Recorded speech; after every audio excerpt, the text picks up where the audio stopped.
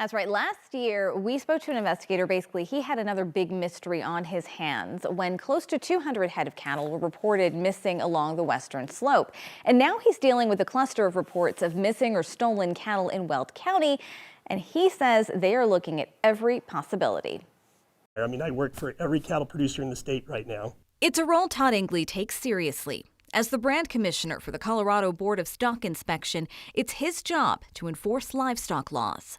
Even as of yesterday, we're looking at 23 head that have been reported as missing or stolen from 7 different producers. All in Weld County. That is unusual when you have kind of a cluster of activity in that relatively small part of the state. We met one of those producers on Wednesday. But they're all females. They're all young cows or heifers. That's a livestock producer's livelihood, so absolutely they need to be concerned.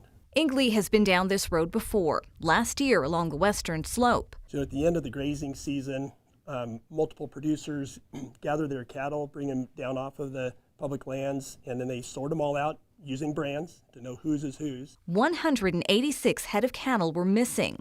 Engley says 15 were eventually found. But I don't think that they're all lost. So I think that there's definitely, a case to be made for there could be some theft in that area. But theft isn't the only possibility. Livestock can be killed by predators or lightning strikes. We can take charge of an investigation, but we've really got a few hours before those cattle could be out of the state and into states that don't have mandatory brand laws. And right now, the clock is ticking in Weld County.